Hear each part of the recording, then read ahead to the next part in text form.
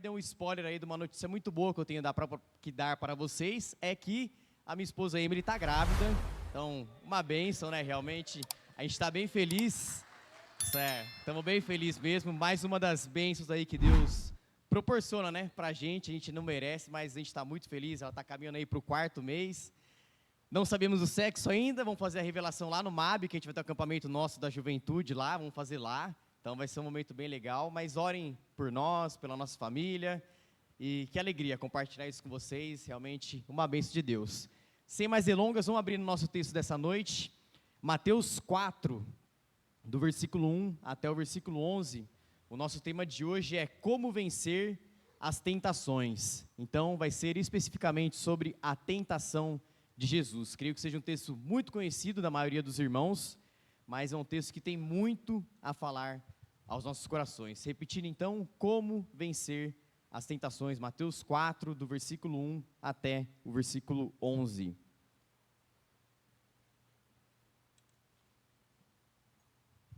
E a palavra de Deus diz o seguinte: a seguir Jesus foi levado pelo Espírito ao deserto para ser tentado pelo diabo, e depois de jejuar 40 dias e 40 noites, ele teve fome. Então o tentador, aproximando-se, disse a Jesus: se você é o Filho de Deus, mande que essas pedras se transformem em pães. Jesus, porém, respondeu: está escrito, o ser humano não viverá só de pão, mas de toda a palavra que procede da boca de Deus. Então o diabo levou Jesus à cidade santa, colocou-o sobre o pináculo do templo é a parte mais alta do templo de Jerusalém, e disse: se você é o Filho de Deus, jogue-se daqui, porque está escrito, a seus anjos ele dará ordens a seu respeito, e eles o sustentarão nas suas mãos, para que você não tropece em alguma pedra. Jesus respondeu: também está escrito, não ponha à prova o Senhor, seu Deus. O diabo ainda levou Jesus a um monte muito alto, mostrou-lhe todos os reinos do mundo e a glória deles, e disse: tudo isso lhe darei, se prostrado você me adorar.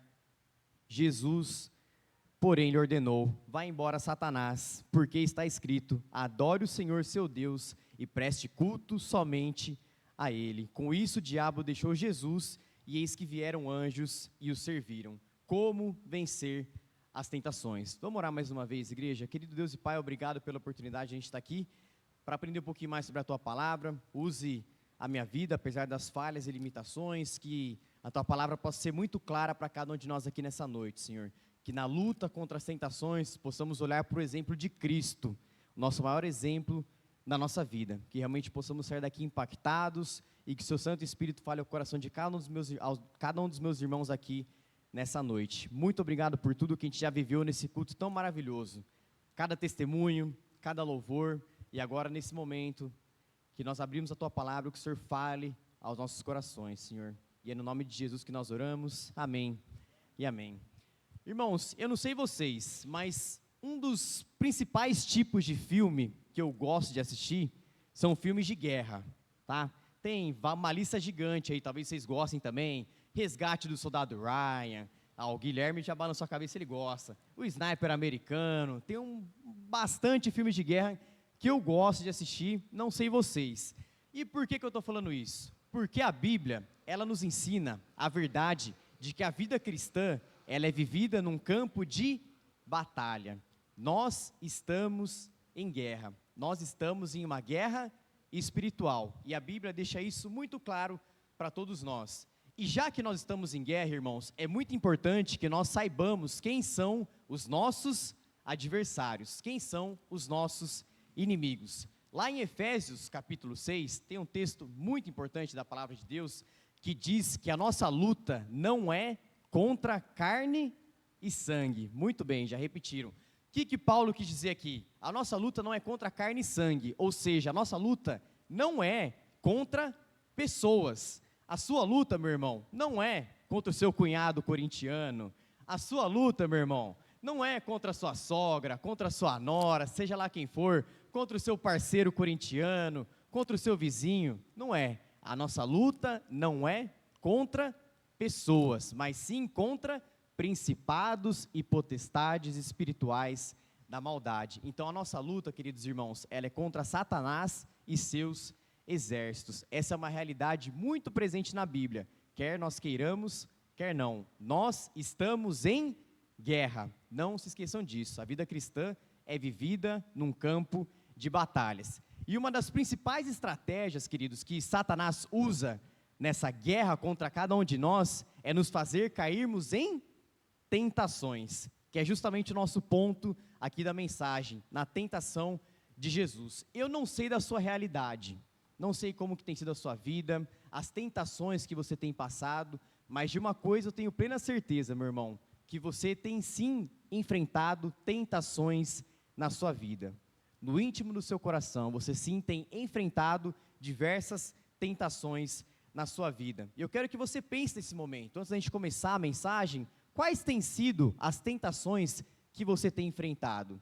Talvez tentações na área sexual, talvez relacionamentos errados, amizades erradas, talvez mentiras, talvez tentação da língua, né? A gente peca tanto com a nossa língua, a gente fala mal do irmão, aquela língua que a gente devia usar para bem dizer a Deus, a gente fala mal do irmão, fala mal da igreja, espalha fofoca, talvez a tentação do poder, talvez a tentação da busca por sucesso, talvez a tentação da pornografia, seja qual for, eu quero que você reflita sobre a luta que você tem enfrentado, e que, antes de mais nada, antes de tudo, seja qual for o estágio da luta que você esteja enfrentando, que você possa olhar para Cristo, o nosso maior exemplo na batalha espiritual, e saber que Ele deve ser o nosso maior exemplo. O nosso principal objetivo hoje aqui à noite é olharmos para a vida de Jesus e extrairmos lições de como nós devemos viver uma vida na batalha espiritual. Como que nós vamos vencer a batalha espiritual através do exemplo de Jesus. E voltando para o nosso texto, no versículo 1 aí do capítulo 4, eu quero fazer uma pergunta para vocês. Vamos lá, vamos ver se vocês estão bem aí na teologia. Foi Deus ou foi Satanás que levou Jesus para o deserto ali para ser tentado? Foi Deus ou foi Satanás que levou Jesus? Foi o Espírito, foi o Espírito. Está aí no versículo 1, fala que Jesus foi levado pelo Espírito ao deserto. Lá em Tiago, temos a verdade que Deus a ninguém tenta, certo? Satanás é o grande tentador. Só que até mesmo as tentações que nós enfrentamos na nossa vida, elas fazem parte de um plano soberano de Deus que a gente não entende, mas que nada foge do controle de Deus. Então, tudo que a gente passa na nossa vida, Deus está no controle. Deus a ninguém tenta, Satanás é o grande tentador, mas o nosso Deus continua no controle. João Calvino tinha uma frase que ele falava muito, né, que Satanás não pode passar nem 1 centímetro quadrado além do limite em que Deus impõe para ele. Então que a gente possa ter essa certeza na nossa vida, que Deus, Ele é soberano, e até mesmo as tentações que Satanás traz nas nossas vidas, elas fazem parte de um plano soberano de Deus, que vai fazer que no final, com que todas as coisas cooperem para o bem daqueles que o amam, como a gente já viu hoje aqui no testemunho tão belo da Taninha. E outro ponto muito importante, irmãos, para se destacar no texto de hoje, é que Jesus, ele foi tentado por quantos dias? 40 dias. E é curioso que o Evangelho de Marcos, ele deixa muito claro que Jesus foi tentado durante todos esses 40 dias, tá? Aqui em Mateus, o foco da narrativa cai sobre o 40º dia. Só que Jesus, ele foi tentado, irmãos, todos os 40 dias. Vocês imaginem o peso físico e espiritual que estava sobre Jesus ali naquele momento, 40 dias sendo tentado, enquanto nós, na primeira oportunidade que nós temos, nós caímos em tentação, e nós cedemos. E quando eu olho, por exemplo, de Jesus, eu me constranjo, porque na primeira tentação, na primeira prova da minha vida, eu falho, eu peco, enquanto o meu Senhor e Salvador, nos 40 dias, Ele foi fiel a Deus, ao Pai, porque Ele tinha plena noção da sua missão aqui neste mundo. E, como eu já falei, inclusive eu, que estou aqui falando hoje, em diversas vezes na minha vida, eu já questionei a Deus em situações do tipo, Deus, mas eu sou tão fiel ao Senhor, pastor de jovens ali na igreja, servo fiel, como que o Senhor permite tal situação na minha vida, tal adversidade? E eu venho para um texto desse e vejo o perfeito Deus, e o perfeito homem, o nosso Salvador Jesus Cristo, sendo tentado, e ainda assim ele foi fiel.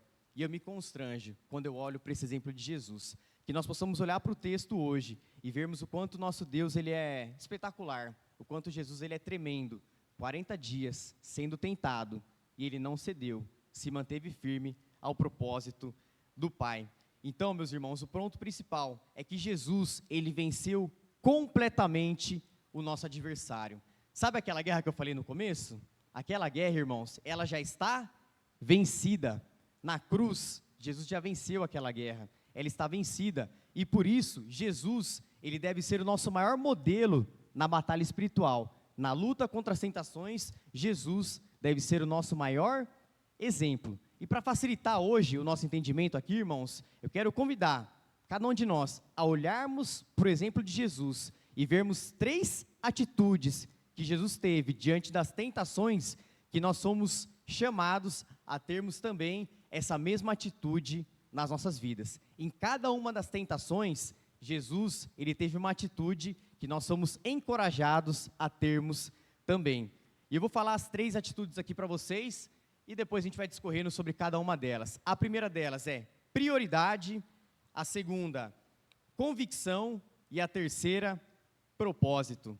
Então vamos abrir junto, lá na primeira tentação, que a gente pode ver sobre a prioridade. A prioridade de Jesus era fazer a vontade de Deus, a vontade do Pai. Então, na primeira tentação, irmãos, que era transformar aquelas pedras em pães, Jesus estava morrendo de fome, nós vemos que Jesus, ele sabia qual era a sua prioridade. Jesus sabia qual era a sua prioridade. Então, irmãos, vocês que anotam, já anotem esse primeiro ponto, que é a prioridade. Jesus sabia qual era a sua prioridade. Isso aqui é uma palavra-chave, que quando eu falei essa mensagem no acampamento, há uns tempos atrás, teve um senhor que entregou a vida para Jesus, e depois eu troquei uma ideia com ele, ele falou que o que mais marcou ele nessa mensagem foi essa palavra, prioridade, que nós devemos realmente colocar Deus em primeiro lugar nas nossas vidas. Então, a primeira atitude de Jesus é a prioridade.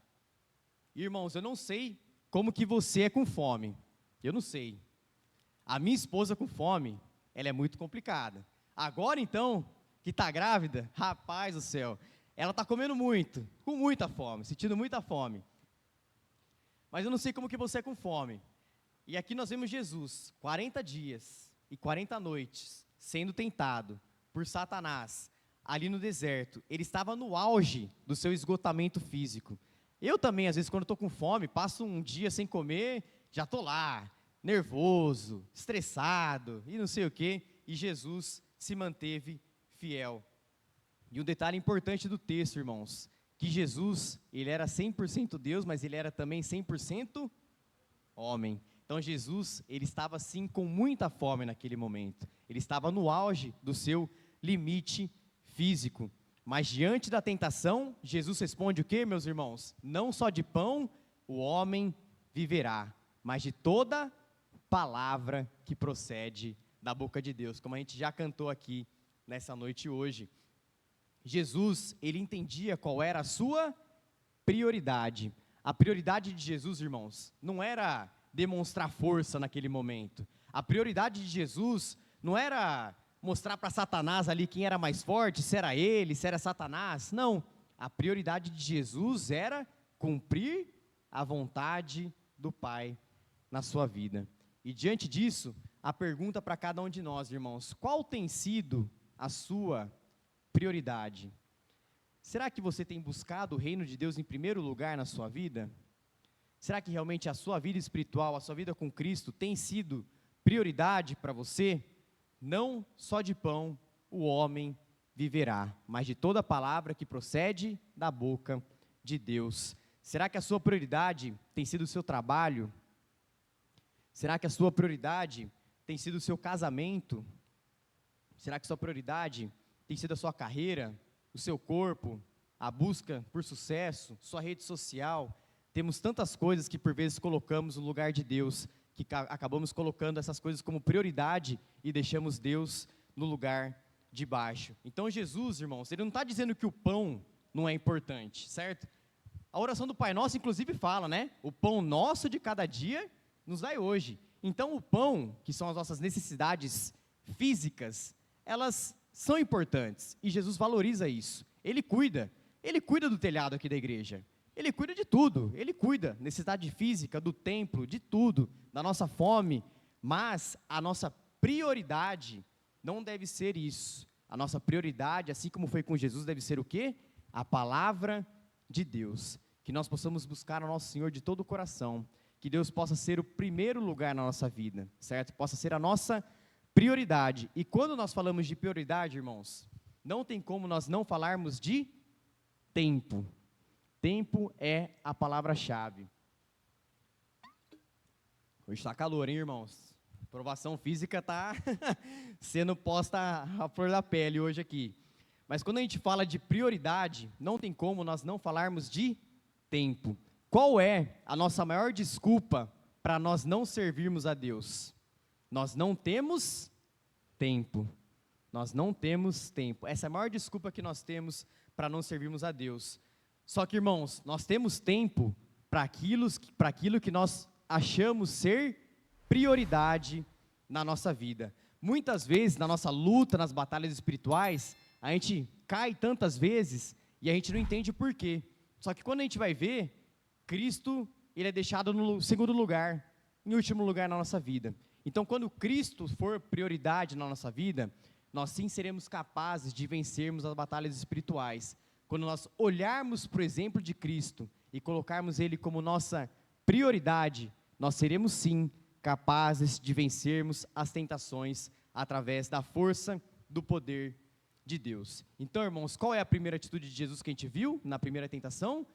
Prioridade. O grande desafio, a começar por mim, que o nosso relacionamento com Deus, que a nossa leitura bíblica, nossa vida devocional, nossa vida como família, como igreja, que tudo isso possa ser prioridade na nossa vida, que nós possamos buscá-lo em primeiro lugar. Jesus, ele não quer simplesmente ser o primeiro lugar na nossa vida, ele quer ter o único lugar na nossa vida. Não se esqueçam disso, coloquem Cristo como prioridade da vida de vocês, para que dessa forma nós possamos ser fortalecidos na luta contra as tentações. Amém? Então, primeira atitude de Jesus foi a prioridade. A segunda atitude de Jesus, na segunda tentação que a gente pode ver aí, é convicção. Primeira, prioridade. Segunda, convicção. Vamos para a segunda tentação aí, irmãos. A segunda tentação foi Jesus se jogar do pináculo do templo, né, que era aquela parte mais alta do templo. Oh, agora ficou bom, hein, Deva? Aí, ventinho ficou bom, agora ficou top. A segunda tentação, que era Jesus se jogar ali do templo, para que anjos viessem e os salvassem, certo? Naquela segunda tentação, Jesus, ele nos demonstra que ele tinha suas convicções totalmente firmes. Jesus sabia que ele era filho de Deus e Jesus sabia que ele não deveria colocar Deus à prova. Então, a segunda atitude de Jesus foi convicção. Irmãos, Satanás, ele passou vergonha diante da primeira tentação. Como a gente viu, Jesus foi fiel. Então, Satanás, ele tentou dar um upgrade, digamos assim, na sua estratégia, né? Ele deu um up ali, e Satanás, olha que interessante, irmão, Satanás, ele citou a própria Escritura, a própria Bíblia, para fazer o Filho de Deus cair em tentação. E aqui a gente pode ver o quanto Satanás, ele é astuto, irmãos. Realmente, Satanás, ele conhece da Bíblia. Ele tentou usar uma parte lá do Salmo 91, para fazer o Filho de Deus cair em tentação. Só que Jesus, ele não titubeou. Mesmo Satanás usando a Escritura para fazer ele cair em tentação, Jesus não titubeou. E vocês sabem por que Jesus não titubeou, meus irmãos? Sabem por quê? Porque ele tinha plenamente convicção de quem ele era. Jesus sabia que ele era filho de Deus, e ele sabia que ele não deveria colocar Deus à prova. Então, se você é o filho de Deus, Jesus podia ficar confuso, será que eu sou? Não sou, não, mas ele tinha plena convicção de quem ele era. Vamos trazer para a nossa realidade aqui, irmãos.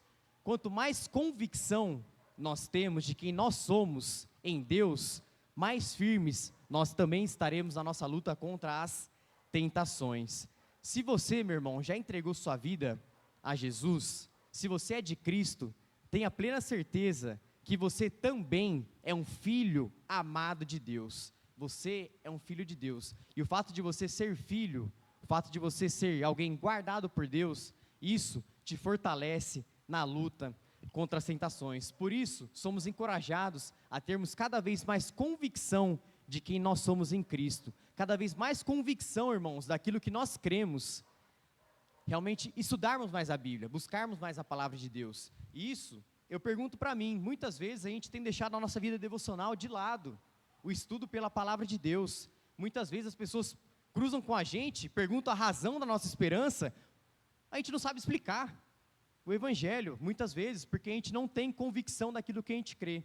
Então que a gente possa cada vez mais buscar em Deus a plena convicção de quem nós somos e do que nós cremos. Nós somos filhos de Deus, amados em Cristo, resgatados por Ele, e nós cremos na palavra de Deus, aquela que é poderosa para impactar as nossas vidas e os nossos corações. Amém, irmãos? Que a gente possa ter plena convicção de quem nós somos em Jesus. E um ponto muito interessante, irmãos, que eu acho aqui dessa passagem, é que Jesus, ele não brinca com Satanás. Jesus não dialoga com Satanás. Ele não flerta, ele não conversa, ele não entrevista Satanás. Vocês viram? Satanás fala, o que Jesus faz? Ele responde com o quê? Com a palavra de Deus. Que isso possa ser um grande exemplo para nós, irmãos. Que nós não venhamos a flertar com o nosso inimigo. Às vezes aquelas áreas da nossa vida que a gente flerta com o maligno, sabe, aquele, até aqui eu posso ir, até ali é pecado. Não, Jesus, ele corta o mal pela raiz. Quando Satanás tenta seduzi-lo, o que ele faz, meus irmãos? Ele cita as Escrituras para combater Satanás. Então que isso possa ser um grande exemplo para cada um de nós também. Jesus é o nosso maior exemplo na luta contra as tentações das nossas vidas. Devemos nos espelhar cada vez mais nele. Se não estivermos firmes em nossas convicções, naquilo que nós cremos, irmãos, nós cederemos aos ataques de Satanás. E para a gente fechar aqui o segundo ponto, quero perguntar para cada um de vocês, meu irmão, você tem convicção daquilo que você crê? Como que tem sido a sua vida devocional? Como que você tem buscado a Deus? Você realmente tem convicção do que você crê? Você realmente tem certeza da sua salvação? Você realmente tem certeza que você é um filho amado de Deus? Ontem teve culto de jovens lá na nossa igreja, e o pastor que pregou, ele foi muito bem no fato de que na vida espiritual, meu querido irmão, não tem meio termo. Ou você é de Cristo, ou você não é de Cristo. Não existe meio termo. Então que você possa ter plena convicção de quem você é em Cristo Jesus, para a glória de Deus. Amém? Vamos repetir a primeira atitude de Jesus, que foi a prioridade. A segunda foi convicção. E para a gente fechar aqui na terceira tentação, Jesus ele nos mostra qual era o seu propósito. Então, prioridade, convicção e propósito. Na terceira tentação, que Satanás ali chama Jesus e fala para Jesus adorar Satanás em troca dos reinos do mundo, Jesus demonstra que ele tinha plena certeza do seu propósito, de submissão e humilhação ao Pai.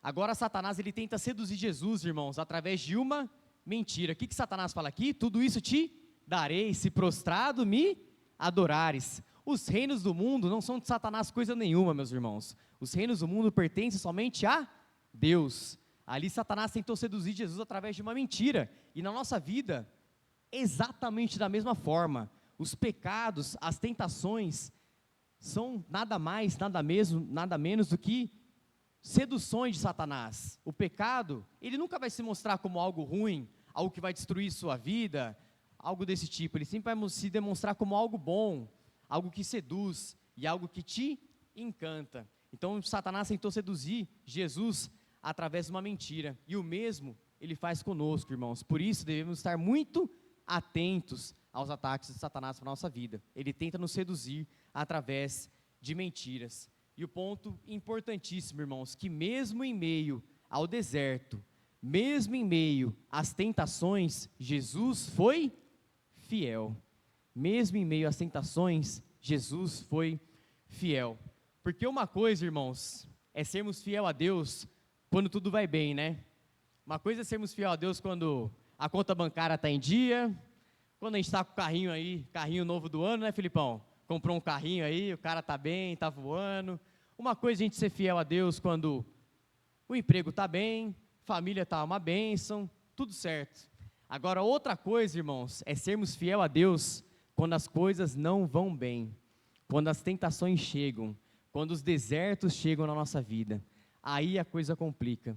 E é aí que a gente tem que olhar para o exemplo de Cristo. Mesmo em meio aos desertos, mesmo em meio às tentações, Ele foi fiel. E muitas vezes, irmãos, Deus vai colocar sim essas situações nas nossas vidas para testar a nossa fé, para realmente nos fazer amadurecermos a nossa fé. Então, até mesmo as tentações, como eu falei no começo, elas fazem parte sim de um plano soberano de Deus, que fazem com que todas as coisas cooperem para o bem daqueles que o amam. E o bem, muitas vezes, não é o bem aos nossos próprios olhos. Não é você estar bem financeiramente, você estar bem fisicamente, você estar voando. O bem é nós sermos cada vez mais parecidos com Cristo. É esse o principal alvo. Então, até mesmo os desertos e tentações, Deus envia para que nós venhamos a ser cada vez mais parecidos com Cristo. Cristãos verdadeiros adoram a Deus independente de circunstâncias, independente de tentações, independente de provações e situações e que se encontram. Eu quero trazer um exemplo de um missionário sobre esse ponto aqui do propósito, chamado David Brainerd. Quem já ouviu falar desse cara aí? Alguém já ouviu falar? O David não vale, né? Pastor não vale. David Brainerd. Até brinquei uma vez que ele parece o David Braz, o nome, né? Aquele jogador do Santos lá, o zagueiro. Mas não é o David Braz, não. Fiquem tranquilos. Esse David Brainerd, ele foi um missionário do século XVIII. E ele era estudante de teologia. Ele não chegou a terminar os seus estudos. E ele tinha uma doença que era muito comum naquela época, que tirava a vida de muitas pessoas, que era a tal da tuberculose. A história de vida dele conta que ele chegava a tossir sangue. Então aquele jovem, cheio de sonhos, lá no seminário, sonhando em ser pastor, Deus tirou David Brainerd do seminário e levou ele para o campo missionário, para evangelizar os indígenas americanos. Então ele foi um pilar ali na evangelização dos indígenas americanos no século XVII. E esse David Brainerd, como eu falei, ele sofria então dessa tuberculose terrível, que assolava a vida dele. E esse cara, que foi fiel a Deus, apesar das dificuldades, das tentações e das adversidades, a história dele, aos olhos humanos, não terminou muito bem. Deus recolheu ele aos 29 anos de idade, a minha idade, tenho 29 anos, Deus levou ele aos 29 anos de idade. Mas mesmo assim, ele deixou um grandioso legado para cada um de nós. Quem vai estudar sobre missões, com certeza vai estudar sobre esse cara, David Brainerd. Uma pessoa, um servo, um jovem, 20 e poucos anos, irmãos, que entendeu em Deus qual era o seu propósito. Ele serviu a Deus, apesar das dificuldades, apesar das provações, apesar da sua tuberculose, sofria ali terrivelmente, tossia sangue, mas ele foi fiel, porque em Deus ele sabia qual era o seu propósito de vida. Por isso, irmãos, eu quero encorajar cada um de vocês a pensarem qual é o seu propósito de vida aqui nesse mundo. Qual é o seu propósito de vida aqui nesse mundo? A Juju já cantou hoje aqui maravilhosamente para a gente, e ela abordou em uma das músicas, ela falou que o principal propósito do homem, qual é? É adorar a Deus. A gente cantou, para te adorar, ó Rei dos Reis, foi que eu nasci, ó Rei Jesus. Cantamos isso, não cantamos? O nosso principal propósito aqui nesse mundo, irmãos, é adorarmos a Deus. As formas com que Deus vai nos chamar para fazer isso, elas são diversas. Deus vai chamar alguns para o ministério pastoral, vai chamar alguns para o ministério, para ser um missionário, vão chamar alguns para fazer a diferença no seu trabalho, para exercer a sua influência lá no mercado de trabalho, de repente para ser um professor, para deixar um legado. Todos nós temos um propósito aqui nesse mundo. O homem foi criado para glorificar e adorar a Deus. Então que a gente possa sair daqui hoje, irmãos, com essa certeza, que o nosso maior propósito nesse mundo é adorarmos a Deus, é glorificarmos ao nosso Deus, que possamos olhar para Jesus e entendermos que o nosso propósito de vida é adorarmos a Deus, independente de circunstâncias. Que você, meu irmão, possa entender que você foi criado à imagem e semelhança de Deus, e somente em Deus você vai encontrar o real sentido e propósito da sua vida. Nada nem ninguém é capaz de preencher o vazio do nosso coração. A gente não vai encontrar realização na nossa vida no nosso time de futebol, apesar que o Palmeiras tem ido muito bem esses anos, né? Dá para ser muito feliz sendo palmeirense, ó. Eu que sou palmeirense falo para vocês, mas não tem time de futebol nenhum, não tem casamento nenhum, não tem emprego nenhum que vai trazer o real propósito da sua vida. E vocês viram que são coisas muito válidas, um esporte, um casamento, o seu emprego, mas essas coisas, apesar de serem muito importantes, nenhuma delas são capazes de preencher o vazio do nosso coração. Por isso Deus, Ele deve ser a nossa prioridade de vida, desde agora e para todo sempre. Amém, irmãos? Então vamos repetir as 3 atitudes de Jesus nas 3 tentações. A primeira delas foi prioridade, a segunda foi convicção e a terceira, propósito. Então, irmãos, para a gente fechar, para vencermos as tentações, Jesus precisa ser a nossa prioridade, Jesus precisa ser a nossa convicção e Jesus precisa ser o nosso propósito de vida. Amém? Para vencermos as tentações, devemos nos espelhar no exemplo de Jesus. Por isso, meu irmão, o grande encorajamento, que você possa sair dessa noite aqui confrontado com tudo que a gente aprendeu, com cada testemunho, como Deus é bom, como Deus age, como Deus fala, que você possa olhar para a cruz de Cristo, viva para a glória de Deus, olhe para Jesus, siga o exemplo do Mestre. Você quer agradar a Deus? Olhe para o exemplo de Jesus. Quer ser fiel em meio às tentações? Siga o exemplo do Mestre, siga o exemplo de Jesus, olhe para a cruz e viva um relacionamento verdadeiro e sincero com Jesus. Eu acho muito interessante que Mateus ele não fala, mas Lucas, quando ele fala sobre a tentação de Jesus, o último versículo, ele fala uma frase que eu acho espetacular, que eu levo na minha vida pessoal, todos os dias da minha vida, que diz o seguinte, que Satanás deixou Jesus até ocasião oportuna. O que isso quer dizer? Que Satanás, ele voltaria. O mesmo vale para a nossa vida, irmãos. Por mais que a gente vença uma batalha espiritual hoje, amanhã Satanás volta. Então que a gente possa ter plena certeza daquilo que a gente crê, plena certeza de que nós somos filhos de Deus, para que nós possamos vencer os ataques de Satanás. E Jesus nos deixou o exemplo, irmãos. Lembre-se disso. Qual foi a resposta de Jesus nas três tentações? Está escrito, está escrito, está escrito. As 3 respostas de Jesus foram citações da palavra de Deus.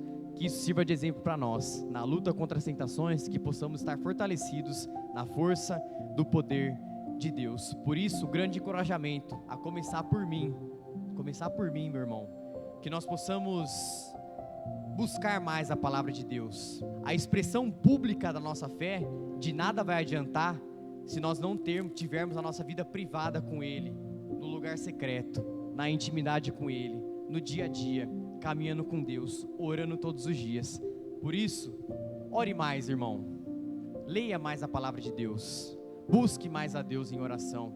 Nosso Deus, Ele está disponível, irmãos. Nosso Deus não é alguém que a gente tem que fazer sacrifício para encontrar Ele, tem que fazer um monte de coisa para buscar, não, Ele está aqui hoje. Vocês têm noção? Quando a gente se reúne aqui como povo de Deus, Jesus está aqui, na sua casa, no seu quarto, Ele está presente também, Ele está lá. Por isso, busque mais a Ele, ore mais, leia mais a palavra, seja mais grato, viva um relacionamento mais íntimo e fiel, cada dia, com nosso Senhor Jesus Cristo.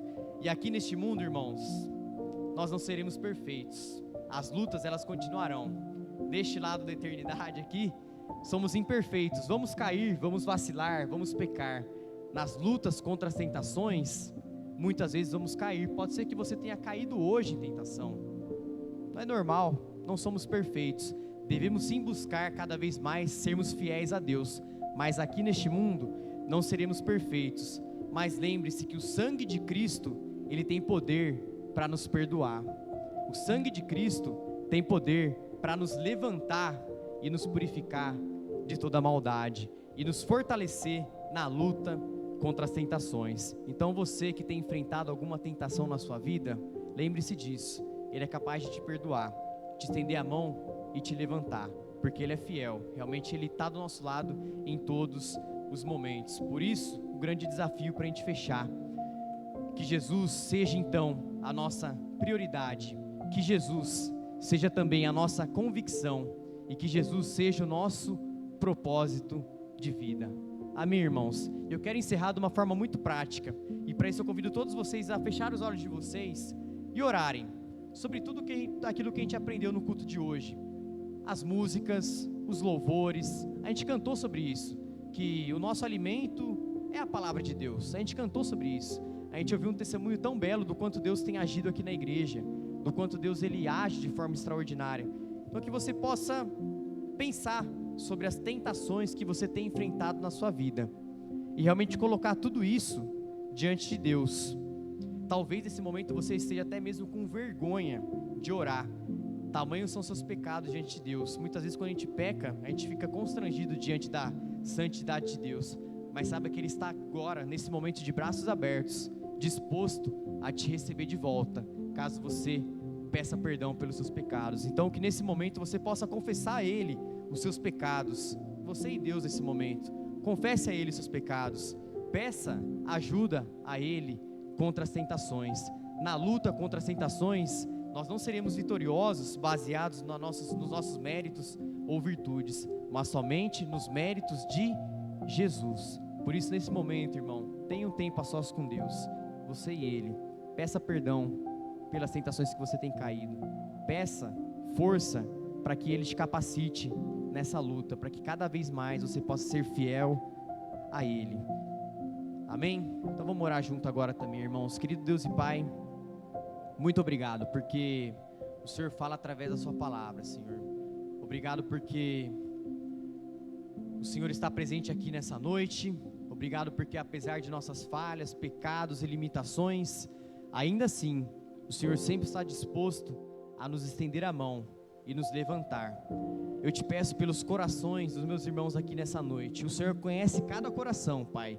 O Senhor conhece os pecados, o Senhor conhece as falhas, as ansiedades. E eu te peço que o Senhor possa trabalhar no coração de cada um deles, a começar em mim, Senhor. Eu estou aqui na frente falando hoje, mas eu também enfrento os meus pecados e tentações. E eu me constranjo diante da sua santidade, Pai. E que realmente toda vez que a gente olhar para a tua palavra, olhar para a tua beleza, olhar para a tua santidade, que nós possamos te buscar cada vez mais, Senhor. E obrigado porque a tua mensagem, ela é prática, Senhor. Por isso, se alguém aqui essa noite realmente entendeu esse significado tão grandioso que é clamarmos a Ti pedindo pelo perdão dos nossos pecados, que o Senhor possa habitar na vida dessa pessoa. Que todos nós possamos sair daqui hoje com a plena certeza que o Senhor é um Deus que perdoa, é um Deus que restaura e é um Deus que nos levanta. Que na luta contra as nossas tentações, ó Pai, que o Senhor possa ser o nosso maior exemplo, que através do exemplo do Teu Filho, que nós possamos nos manter firmes rumo à nossa pátria celestial, que lá sim nós seremos plenamente perfeitos e não mais existirá pecado, não mais existirá choro, não mais existirá tristeza nem dor, somente a eternidade contigo para todo sempre, Senhor. E que até lá, que o Senhor possa manter cada um de nós firmes neste mundo, usufruindo no relacionamento sincero e verdadeiro contigo, Pai. Muito obrigado por tudo, obrigado por essa igreja tão maravilhosa, irmãos tão queridos, obrigado porque o Senhor tem agido de forma tremenda. Te louvamos, ó Pai, pela oferta enviada pelos irmãos ali de Portugal também. Obrigado porque mesmo quando a gente não vê esperança, não sabe o que vai acontecer, ainda assim o Senhor está presente e o Senhor age de forma tremenda, apesar de nossas falhas e pecados, Senhor. Obrigado porque não existe nada melhor do que nós vivemos uma vida para a honra e glória do Teu nome. O nosso único propósito aqui nesse mundo é glorificar e honrar o Teu nome, e que por isso, começando aqui nesse culto e depois que ele terminar também ao longo dessa nossa semana, que nós nos lembremos desse episódio da tentação de Jesus e que nós possamos nos lembrar que o Senhor possa ser a nossa prioridade, a nossa convicção e o nosso propósito de vida aqui neste mundo, Pai. Obrigado por tudo, em nome de Jesus, amém.